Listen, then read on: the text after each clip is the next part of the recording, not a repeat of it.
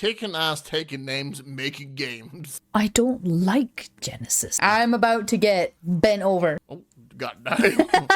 Well, welcome to Shamrock and Thistle podcast. Yes. Hello. And welcome to us Introducing ourselves and talking a bit of poo-poo as well for an hour or so.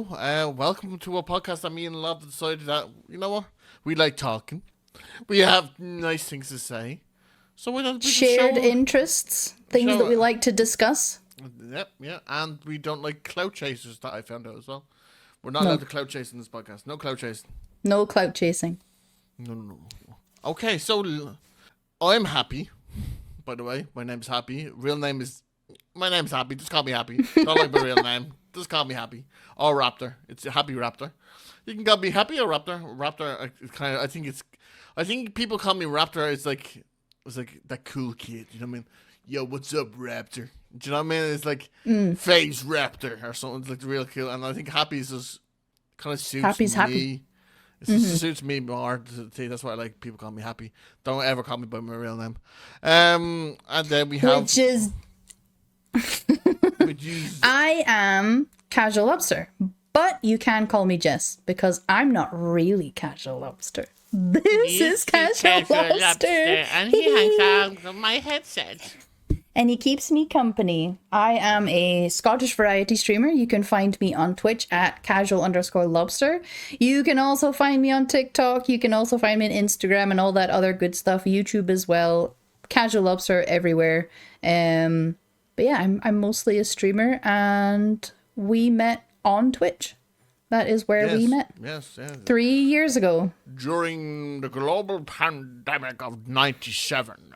Yes. Yes, we were captivated and brought to one another. Yeah, it was weird circumstances of you growing up your whole life being told, don't talk to strangers on the internet. And I found the best people in my life on the internet. It's kind of weird.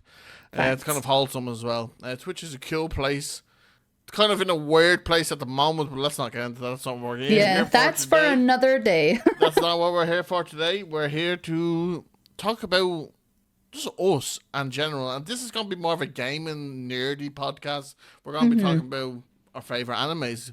Me and Lob are huge anime heads, huge gaming heads, and I think this podcast is going to be more at the gaming side of our likes than anything else, really. And let's not forget the thing that really brought us together, which was TTRPGs, Dungeons and Dragons. Oh, yes, we will be talking about some Dungeons and Dragons. We're talking about all kinds of dice rolling, button mashing, anime watching, manga reading, all that kind of good stuff. All that jazz. Jazz. But, so, talk about gaming.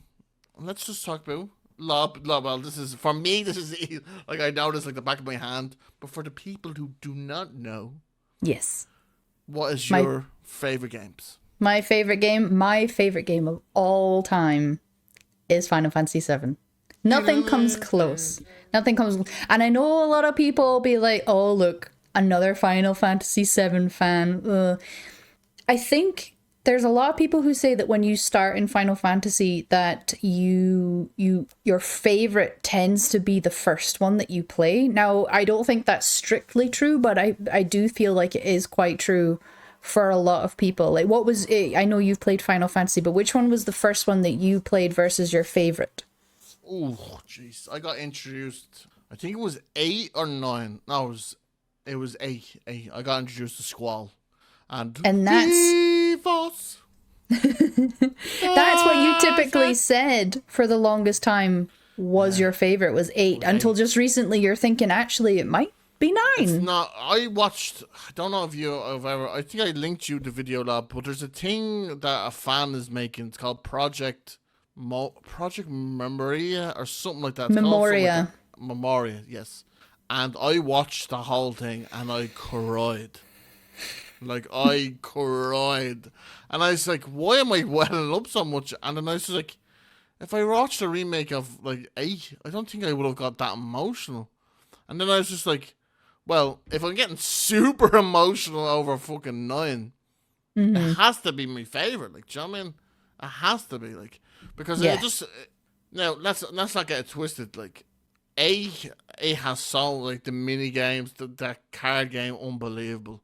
It has storytelling is a bit it's a bit mad on the mad side, but not like Lab, you minimize. Are you there? Yeah, I'm here. I'm here. Okay, go. Not like the Final Fantasy 8 is the storyline is just a bit mad, but It is combat like with it's most very, Final Fantasies, very convoluted. But like Final Fantasy 9 is like people think it's like the kids one, but it's so dark. It's so fucking dark, and that's what I love about it. It's like don't judge a book by its cover. As Final Fantasy 9. It's just like, hey, look, this guy who Yeah. is into the circus, and just no, this is a fun, and then you just get deeper, and then you see Vivi, and then his whole fucking storyline. It's just fucking what a dark story it is. Absolutely. Like, don't be fooled by the artistic style of Final Fantasy 9 and that introductory scene. Because that you get like this whole kind of feel from just the style, and then that introductory scene, and you think, oh, this Final Fantasy is going to be about like this kind of stuff. And yeah, you're right. There's a lot more behind it. There's a lot more to it that is a lot darker than the happy-go-lucky theater production scene that you are given at the start. Which is amazing, by the way. Which is amazing. Which I think that now I'm jumping ahead. But that's why I loved Final Fantasy VII Remake. Mm-hmm. Because I feel like they brought back the mini games and stuff Mm-hmm. that have been lost, really, in most of the major ones. You got fishing and stuff, but there was no like little stupid mini games that you could spend hundreds of hours on. Like perhaps more arcade style. Yeah, there was no like doing sit-ups, doing like on the spot, fucking doing rehearsal. Right, 10 might have Blitzball, which should have been like a different game by itself. But I'm talking about just like simple little stupid mini games that were just made that more like, oh, I actually want to perfect this. Final Fantasy X, I think, was the last remnants of that. I don't remember any in 13. I have attempted 13 twice and have not gotten very far, so I can't really say. I could be absolutely horrendously wrong. Don't remember any in 13. Don't remember any in 15. Only 15, fishing. like you say, the mini games were like your little side quest things, fishing. But I'm talking about story progression fucking mini games. And we got that in Final Fantasy Remake. We got the fucking sit-ups back, and we got the press-ups back. The squats, even though they were side missions, you could keep going back and do it better and better and better. I think Final Fantasy, we've seen it now in Rebirth. Fucking, it's going to be the king of mini games. The fucking... The Golden Saucer. Golden Saucer is here to The Golden Saucer is going to be amazing. I'm going to lose so much time in it. But enough about my favorite game, Happy. What is your favorite game? I don't want to be just like, we are the Final Fantasy people, like, you know what I mean? Yeah. But if it's your favorite game, then... It is, but there's one game that's conquered my heart. Like no other game that's conquered my heart. I remember ringing my friend down the road saying, you have to come up. I can't believe this is in this. Just the sheer mass of everything I loved. It's Kingdom Hearts. Kingdom Hearts broke me like no other game has ever broken anyone. When you go on to Destiny Island, it is Destiny Island, isn't it? Yeah. When you go on to Destiny Island and you meet all the other Final Fantasy characters and you're like, wait, what the fuck is going on here? Yeah, what's Waka doing on the beach? Yeah, just throwing balls with fucking titties, and you're just like, huh? What's going on here? It's unbelievable. And then to have what Kingdom Hearts does so amazing is jam-pack roster, squalls in it, all these big characters, and they still make you feel for Sora and the rest of them, Kyrie, you know. Like, to make them like the main characters in a franchise where these characters have been loved before, what must have been a huge task for the studio themselves to make them that much likable. Like imagine like if Sora wasn't likable. Oh, I just want to play fucking Waka. I just want to play something else. There are a lot of people that don't like Sora. Yeah. Oh, yeah. There's a lot of people that aren't really big fans of Sora. And Sora and Riku are literally Goku and Vegeta. It's always Yeah. been the way. It's always when Riku loses his heart, I always picture it as him getting the M in the head as Vegeta going Majin. Majin Vegeta. That's Yeah. literally how I saw it when I was growing up. I was like, oh, this is so cool. I gotta save Vegeta. Yes. You know what I mean? He's getting heartless. Now, I think what they done wrong with Kingdom Hearts is they made too many games for littler consoles that people didn't play. It was too many, it was too many side games on so many different platforms that you then had to go. You had to have a PlayStation. You had to have the Game Boy handheld equivalent at the time. You needed to get the PSP, the PlayStation handheld equivalent at the time. It was too many side games on too many different platforms, which restricted the fan base because not everybody has the money to buy all these different platforms. Yeah, So I will also it did spoil it. I will say Kingdom Hearts 1 and 2, bangers.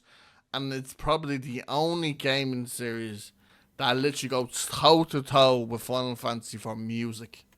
Oh, absolutely. There's music in Kingdom Hearts is iconic. When you walk away, I just want you to say, please, oh baby. Boom, boom, boom, boom, boom. It was just a fucking jam. Like It was a bop. Oh, You turned on the game and that song came on. You were like, "Whoa, what's happening? What is this?" You're right beside Sarah going, run up the stick, go, Yeah, the war's coming. You were ready for it, and the song got you going. It was just a fucking So good, so good. Perhaps hasn't aged quite so well, but it's still, if you played it as a kid. I wonder if there's mods for them now. I wonder if there's like I don't know. There could be. Modding community. Are there mods for Kingdom Hearts out there? Let us know in the comments below. I'd love to try them out. What game? Anyway, talking about our favourite games, there was a place where gaming itself was a big thing and it's sadly gone. I'm talking about R.I.P. E3. R.I.P. I am so sad. Like, this is our big news story of the week that really grabbed us both. It's like the... How would you explain to non-gamers what E3 is? Oh god, it's like the non-gamers Oscars of games, no? It is a celebration of gaming in so many different ways. It's not just dishing out awards, because I would say the Game Awards is more the Oscars. But E3 was just like a festival. It was a coming together. The Coachella of gaming. Yeah, actually that would probably be like the main stage for gaming, where everybody came together and had a good time and celebrated and showcased, and it really did. It elevated gaming. It certainly helped to elevate the industry. I'm going to be devastated that I've never been to an E3 now. I've always wanted to go to an E3. I drove past it in 2019. The last E3. I drove past it right outside. I could see all the gamers. I could smell it. I could just practically taste it, but I didn't get inside. No, I would have loved to have gone. I would have absolutely have adored to, but sadly that dream will never come true now, which is really sad. It feels like an end of an era.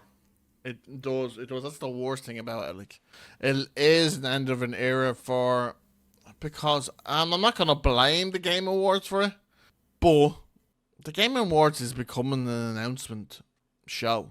A lot of people are dubbing the Game Awards as the winter E3. Now, I don't know about you, but I certainly understand that one of the biggest reasons for E3 coming to a close, as is with most things coming to a close, is money.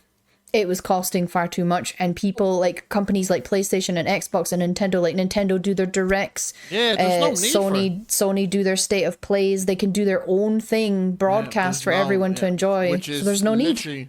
Literally, like, why spend $100,000 on something when you can do it for less than €500? Yeah, yourself. Exactly. That is what it really boiled down to, and it's sad. It's sad, but it had to be like it's like. That's why I think the Game Awards, like, people moan about the Game Awards a lot, like, now, because the whole Russian, I understand the Russian thing, the Irish should never get rushed, but it's getting bigger and bigger and bigger and bigger each year, and there's a reason why it's getting bigger. Jeff is doing the right thing. He knows what he has to do, and it's not always going to please everyone. But hey, the show is just getting fucking bigger every year. Like, do you know what I mean? And I'm telling you, the next year is going to be the biggest year of it. And I hope what they do is kind of span it out longer. Just span the show out a bit longer. Do you know what I mean? And then you'll fix all the people who are getting rushed off the stage and stuff. Well, that's the thing. E3 was spanned over a week. It was a week of E3. It was a week in June every year. PlayStation had its own day. Microsoft had its own day. Nintendo, the Bethesda, Ubisoft, they all had their own stage. So to try and cram that wide of an industry spectrum all into, like, was it 3-4 hours? Almost impossible to do it fairly.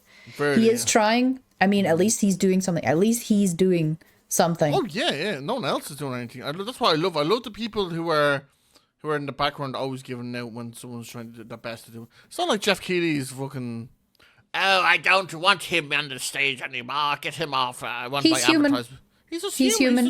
He's human. He made some mistakes this year that perhaps was just an oversight. But Jeff will listen and learn. I am getting sick of celebrities. I agree. Like, I really was upset when I forgot the guy. What's his name? Anthony Mackie. Anthony Mackie. Telling everybody to shut up for like minutes on end, and then whatever it was that he announced, but the developers who worked hard, who had members of their team pass away, and they were trying to congratulate them, was told to hurry up. He even forgot to announce Xbox for... He didn't have time? Yeah. And we would have got a bingo. I'm joking. But that, like, going back to E3, you know... Let's not talk about the negatives.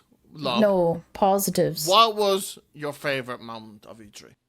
Oh, that's easy. My favourite E3 moment was the 2015 E3 when they announced the Final Fantasy VII remake. I remember it so vividly because it was when I was living in my flat in town where I stay, and I was sitting on a PlayStation call with my friend from my old school, and we were sitting watching it together, and we were just kind of sitting, you know, E3 2015 was good. It had some really good announcements.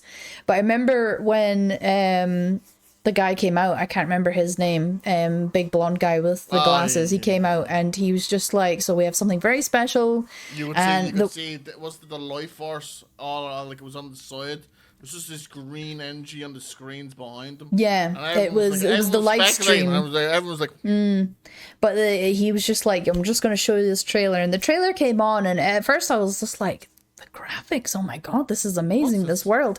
And it was the scene where the child went down the slide on the like Moogle slide, because as she came down and got to the bottom, the first notes of the music for that first introductory music to Final Fantasy VII came over. I lost my mind. I knew instantly. I lost my mind. When that camera panned in and you saw the Moogle on the slide, I think the realization of it, you went, wait, I know that slide. But the thing is, I held my breath until the end because they did this before. So for the PlayStation 3, they had the technical demo of Final Fantasy VII for the PlayStation 3, and it came up at the end. Everyone thought that was it then, but then it came up, it was just a technical demo just to show what the PS3 was capable of graphics-wise. So when it got to the end, it was like, remake, coming soon. Remake. I was crying, I was screaming. 2015, fucking hell. And we're 2015. And then the game didn't come out until 2020. Part 2 was 11 years later. Nuts. 11? Yeah. No. Oh, no. 9. 8. No, 8. 8, no. 2024. Yeah, 2015 to 2024, 9. Maths, man. The math ain't mathing. I do the brain smart. You're hurt. So that was my I will treasure that moment until my last breath. Yeah. I love it, and I always remember that. If it wasn't for E3, mine. Yeah, what is yours? I do like a spicy meme. I like the memes from the E3. I've always liked watching E3 for obviously big trailers, but there's always something at an E3. There's always a year, and there's always a meme from E3. If it's not the Reginator, If it's not Keanu Reeves, you're breathtaking. Them moments will always, I'm devastated, but I'm not really, because now Game Awards is kind of taking the mantle now. Poor fucking, what's his name? Clive getting flashed with the lights. What's his name? Ben Starr, poor Ben Starr being blinded by the sun next to Jesse Cox. Jesse Cox, and then the one the year before was your man doing the speech for fucking about 7 minutes. Oh, Christopher Judge. It was 8 minutes. It was like 7:58 or 59 or something like that. It was 8 minutes long. Hard. He had something to say. Yeah, and I remember because we all watched it last year, and I remember we were all watching it and being like, "Oh my god, is this guy still talking?" I was just like, I goes, how is he still up there? There's no way he's. And I was like, he's getting off now. How is he still there? Like, what is going on in this world? Yeah, absolute madness.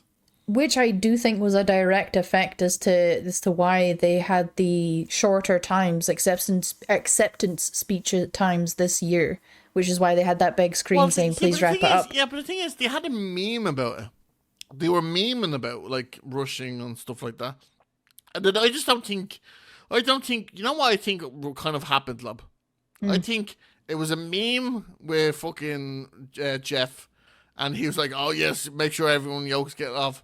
And I think the production staff just weren't in on the meme, and they were just like, "Oh, Jeff wants everyone to rush, and make sure everyone." And then our project manager was like, "Make sure everyone's rushing everyone." It looks like Jeff wants people off the stage quick. Yeah, because he did actually address it. Jeff did take to Twitter or X, and he did address it. He did say, "Apologies, the production staff. Yeah, they told them to slow down, but." Maybe it was just bad communication on the night. I feel like it was meme too much that someone actually might have thought it was real. I was like, oh no, we must hurry this up. But E3 memes, I will miss those as well. Those Reginator is definitely one of the top memes. It's so good. So funny. Kicking ass, taking names, making games. Yeah. so good. I will miss E3. What a way to announce, like, Nintendo straight away. I know. Nintendo. Oh, so funny. Alright, so good. Lob from Scotland, and I'm from the old Irish coast, hence the reason we're called Shamrock Thistle. The thistle, the national flower of Scotland, and the shamrock. Shamrock is, Is a shamrock a flower? Is it technically a flower? No, is it? What's defines a flower? That's a good question. I think something that blooms is a flower, no? Blooms or has pollen? I'm not too sure what actually like a thistle specifically blooms. Classifies. A thistle does bloom, indeed. A shamrock does not bloom. Is shamrock a leaf? A shape of a leaf? Yeah, it's a leaf. 4-leaf clover. Is it technically, a weed? No, it's not a weed. Thistles, I think, are. Do not call my national leaf a fucking weed. National leaf. Yeah, national leaf, right? Don't be calling it a fucking weed. Thing is, someone actually told me just recently that the definition of weed is just any fauna, like any flora, that is considered undesirable. Well, so people often say that dandelions are weeds, and it's like, well, no, actually, they're quite nice, and they do their bit for the bees. We can't say fucking shamrock. It's one of the most desirable leaves out there. Definitely. Sure, it's fucking worn all the fucking. Now you name another flower, leaf or flower. That the poppy bollocks. What were you going with that? That people wear on a day. So happy. 2024 is just around the corner. Yes, it is. What games are you most looking forward to coming out in 2024? I already know mine, but what's yours? Yeah, I think everyone. I have 2, Lobby, and I have to play another game first. Dragon's Dogma 2. I need to get on that as well. I need to get on. I haven't played them once, so I can't really talk that much about it. But the battle mechanics now look. It looks great. Magic, savage looking. Yeah, so Dragon Dogma 2 is up there. And Black Wukong. Is that officially going to be released next year? What is the release date for that? Next year. I think it's the end of. I think it's 4/4. I'm pretty sure it's 4/4. Q4? Okay, so it'll probably be any time from like maybe October onwards. But yeah, Black Myth Wukong. That does look good. Look, but like people have played it, and I've seen playable demos of it. Like people have played like gameplay footage, like a long gameplay footage, should not like demo. Okay. And it looks It does tickle my souls. Yeah, it looks good. I love a good Souls game. I just hope they don't really like. I hope they make a Soulsy. I hope it's not like a Devil May Cry. Even though there's nothing wrong with Devil May Cry, but I just don't think it suits that type of game because they have like what makes a Souls game for me is the mob bosses, the big bosses, the unique bosses, and I think Black Myth have. Like I've seen some of the bosses and my mind blown. From the footage, yeah. Some of them are huge. And I don't want to kill them in 2 seconds. Do you know what I mean? I want it to be a fight. Like, do you know what I mean? So that's why I'm hoping. It's not going to be like a hacker slash. I hope it's going to be a slowsy. Like, this is going to take a while. Like, you know what I mean? Which is sure that you're fighting an ancient dragon. Saying that though, I also hope that it's not too soulsy and it still has its own flavor, its own twist and take on the Souls-esque. I think when I'm saying soulsy, I'm like difficulty. I hope there's no like easy mode, medium mode. I hope there's just like it's gonna be hard. You're gonna have to fucking learn this thing. Yeah. Okay. Well, Lob, what are you gonna pick? Oh well, there's just this really big game coming out on the 29th of February 2024. It's like someone gave you a Valentine's present. What's that game? Final Fantasy VII Rebirth. I'm so excited. I am so excited. Stop it. Happy is convinced. Happy loves a good old deep dive into the lore, into the theories, into the what ifs and the who whats and the maybe this and maybe that. I'm like, I'll wait until I experience it and see it with my own eyes. And the thing is, Lob is the only one who has the same information about Final Fantasy, or even more than I do. So I'm always trying to like pick our brain, like. No, but Lob, is it possible that you... And she's like, I'm always very stop! vague. No, leave me alone! I don't want to know. Akira! That's the one. Oh, and no, but I'm so excited. I'm just like, I'm trying to pick our brain for more information. Always. I think... Can I say it? I think in the scene in the trailer where Earth is kneeling down, and if you know Final Fantasy... Spoiler alert. Spoiler alert. Just skip 20 seconds ahead. But I think Sephiroth does not kill Earth in that moment.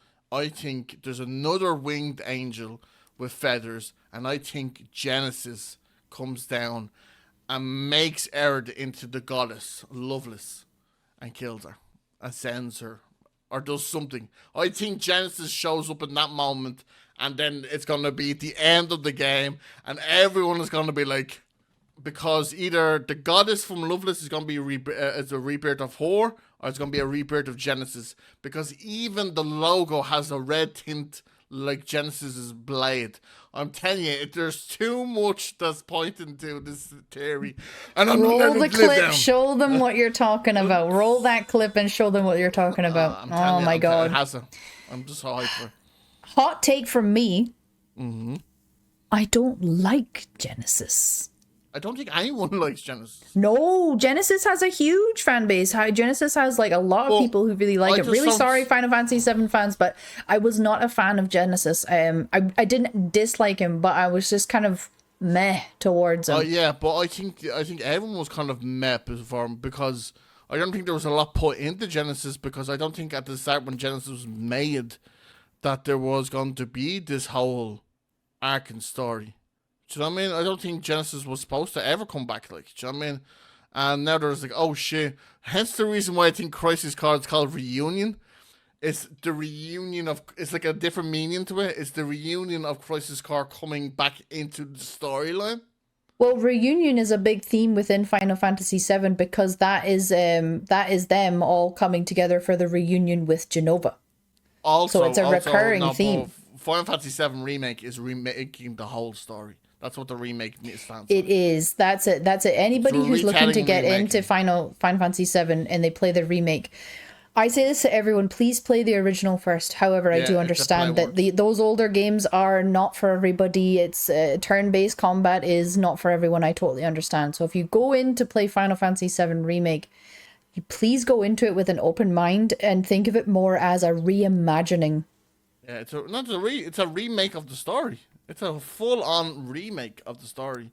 Crisis Core is a reunion of Crisis Core being added back into the canon of the story. Rebirth is the re-showing of them characters, which will be Zack and Genesis and the Goddess. I'm telling you, it's gonna happen. It's gonna happen. We'll see. But let's not Relapse. let's not skip over the big thing that's going to suck away all of our time in Rebirth is the Gold Saucer. If it's anything, if it's anything like the Gold Saucer in Final Fantasy 14, that's it. Bye bye life. No life and hard. They said it's gonna make the original Gold Saucer like a piece of piss. Now I did hear that there's no snowboarding. That comes after that scene. They're supposed to be in the next game. They're bringing snowboarding back. Yes, but the snowboarding happens after where where Rebirth is potentially going to end. So that wouldn't be the fighting thing is gonna be so class. I can't fucking wait. It's gonna be a great game. Hands down, great game. Hands down. 2024 is looking good for gaming. It's looking juicy. I have like a little list here. There is. Let's see if there's anything that jumps out at us for a second. Prince of Persia, don't care. Suicide Squad looks okay. Don't care. Prince of Persia. I've never played a Prince of Persia game. It's never been my cup of tea. It was good. It was a cool mechanic for the first game. Then it got boring. Suicide Squad. Hot takes with Happy Raptor. Happy Raptor's hot takes. Jujutsu Kaisen game. Ooh, do love a bit of Jujutsu Kaisen. Little Mermaids, Little Nightmares. Little Mermaids. Wait! I want that game. What is Little Mermaids? Tell me more about this. Wait, hold the Star Wars Outlaw game. It looks really good. Now, hopefully, they don't fuck that over because I heard the new Jedi wasn't the Jedi Survivor wasn't the best. To be honest, I have not played a Star Wars game since I got I bought Battlefront. Oh, I did. I got Battlefront, and damn. I've never been so disappointed. I think this sentiment is very much shared within the gaming community about Battlefront. Did you get Battlefront? Have you ever played it? No. I got one that was free. I think it went for free, and I played it for a while. No, I bought it full price. I was like, oh, this is cool. Show lightsabers and stuff. Wolf Among Us 2 as well. Oh, yes. Again. A great game. Great game. And talking about games, let's just move on to our own little game where I'm going to tell Lob she's going to blind react to Final Fantasy. She's going to blind rank Final Fantasy characters. Okay? So this is that game that everybody sees on TikTok where they get their list and then it rolls the character and they've got to put it in 1 through 10, for example. Well, I'm a little shit, So I'm about to get bent over. Oh, goddamn. Okay, so 1 to 5. Okay. Red 13. Oh, the best doggo! Oh my gosh! Oh, I'm gonna put him at 2. 2. Red 13 2. Zack Fair. 3. 3. Put my boy Zack. Vincent Valentine. Oh, 1. 1. So automatically, you're putting number 5. No, there's 4 and 5. Oh, 4 and 5, obviously. The math ain't mathin' today. The math ain't mathin' today. Look at him trying to screw over my list. Genesis. 5. 5. And so it makes number 4 Sephiroth. Ooh. Number 4 Sephiroth. You know what? Yeah, I'm okay with that list. So I've got Really? Vincent Valentine number 1, Red 13 number 2, Zach Fair number 3, Sephiroth number 4, and Genesis number 5. I'm okay with that list. I love Sephiroth though, so please don't hurt me. Don't worry. Okay. Okay, I will do the same to you. Okay. Oh shit. But I will do it with your game of the moment, Baldur's Gate. Oh no. Baldur's Gate 3. All right. Blind react Baldur's Gate 3 characters for Happy Raptor. Let's go. So, Will. 5. 1 through 5. 5? Will at 5? Right off the bat? Have the back. The Blade of Frontiers. I'm the Blade of Avernus. Spoilers. Jeez. Spoiler warnings all over the place. Okay. Scratch. Doggo 4. Ooh, doggo number 4? I put my doggo number 2. Okay. Come on, scratch that back. Minthara. Number 1. Whoa! Number 1 for Minthara? That stole my heart, man. Wow. Okay. Shadowheart. I wish I could put her 5. 3. 3. She's so annoying. And I'm God's prettiest princess. Gale. 2. Oh, I'm sorry. So you've got Machar number 1, Gale 2nd, Shadowheart, Scratch, and then some fella. some fella. Will. So, Will, yeah, I forgot. Will. If you can't tell that me and Happy were not the biggest fans of Will. Sorry, not sorry. See, it's not in that. It's just Will. I feel Will was... I think that could be a podcast by itself. That could be a podcast by itself. I would leave on this on Will is Will's story and Will himself. He's all he has is daddy issues. It's just like I just want to impress my father. While everyone else's story, daddy issues and dommy mummy issues. No, but like Mizora? everyone else's story is so much more like. Shadowheart doesn't even know who she fucking is. Like, do you know what I mean? And there's this like cult thing about a god. Fucking Karnak is literally the gladiator of one of the devils of the 9 hells. Grail has a nuke inside of him. And was getting it on with a goddess. Fucking Astarion is a fucking on the run fucking vampire. Like, do you know what I mean? What else? Like Spawn. Yeah, he's on the run from. Yeah, he's on the run. He's from. We won't spoil or go into it too much, but I do feel that Will's story does pale in comparison to his fellow companions in the game. He's just a sadly. goody, and everyone else isn't. Everyone else is neutral. I'm the Blade of Frontiers. I will. What do you call Karnak? Apodites, Bodites, or whatever he says. What? Avocados, Dalalas. What's he called, Karnak? Car likes avocados? What? Yeah, he calls her some name anyway. But he's like, I will slay you, and she's like, oh, Will, don't slay me, will you? And he's like, yes, you're right, I won't slay you. Now I have horns in my head. Spoilers. Spoilers. Spoilers. But moving on to a little bit something to wrap this up. So we touched on this subject earlier. We're going to be covering a broad spectrum of subjects. Anime. Happy and I love anime, but I'll maybe split this question up. What is your favorite anime? Okay. And what do you think, anime or manga, and what do you think is the best anime and or manga? Okay, well, that's easy. Naruto is my favorite. Up till Boruto is my favorite. And the best anime has to be Full Metal. Brotherhood, yes. Yeah, because it's start to finish, just like, oh, okay, cool. Oh, okay, cool. Oh my god. Oh, the twists and turns that story goes is unbelievable. Twists and turns that all intertwine and wrap back into each other. And it's a story. That's it. It's a bang, thank you, ma'am, story done. Like, do you know what I mean? It's not this fucking like Naruto goes on for fucking years. Like, but Naruto, if I had to pick between Naruto and Full Metal, I would always pick Naruto. I have a fucking Naruto fucking jacket there. Like, it's just, I just love it. I connected with it and something. But I had to admit, Full Metal is a better story. Like, it's just so much better. Like, okay, so your favorite is Naruto? Naruto or Shippuden Or No, Naruto and Shippuden. And- Naruto, but Naruto not- is the Boruto? Naruto is the backstory for the story, the main story, which is Naruto Shippuden. Like And the then- foundations. Yeah, you need to watch it to learn everyone's backstory. Mm-hmm.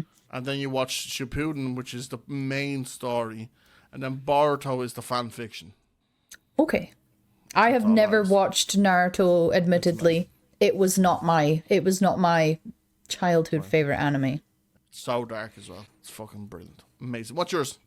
So mine, I grew up with this. My favorite that I cherish is Dragon Ball Z.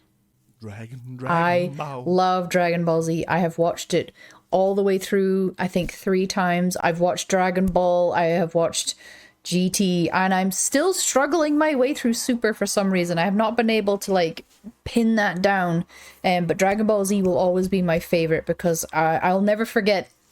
It was only my neighbors that had Sky TV that you could watch Dragon Ball Z on, and we used to go round to theirs at the weekend when they would come over to stay with their dad, and we would be able to watch it. And I'll never forget when Goku first turned Super Saiyan, and we were jumping and leaping around the living room going crazy, thinking it was For like the 3 best episodes. thing ever. Yeah.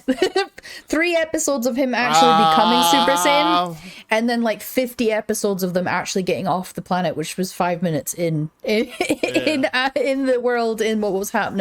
But yeah, Dragon Ball Z is my favorite just for like that nostalgia feeling. But I would actually have to agree with you that I do think the best that I have seen, at least so far, is Full Metal Alchemist Brotherhood. I watched that with our good friend Machu, a couple of years ago now together, or last year, end of last year. It was this time last year. And it was just fantastic. A very, very, very excellent story. And it's not too long either, so go watch it. Go watch Full it. Metal Alchemist Brotherhood. And you know what else you should do? You should like, subscribe, or just give us a review on whatever you're listening on, because we're probably going to be putting this on Spotify, YouTube, and all the little shindigs. But let us know if you want us to say, if you want a topic for us to speak upon. Maybe Any leave it in the comments? Any suggestions? Yeah. Anything you'd like to have a look at, or If you for want to us to see have a look Mauve at? just lob, then no problem. You can follow her on Twitch. She's always streaming. She is the streamer one of us. All our links are below. Are they? Oh, where's my link? Oh, look, there it is. Oh my god! I found that link. I've been happy. I've been Casual Lobster. And why is she copying me for? And this has been Shamrock Thistle podcast episode 1, baby. Episode 1. Let's go. It's about Boom, boom, boom. time. It's goddamn about time. About time. Peace and love, Thank you baby. very much. Goodbye.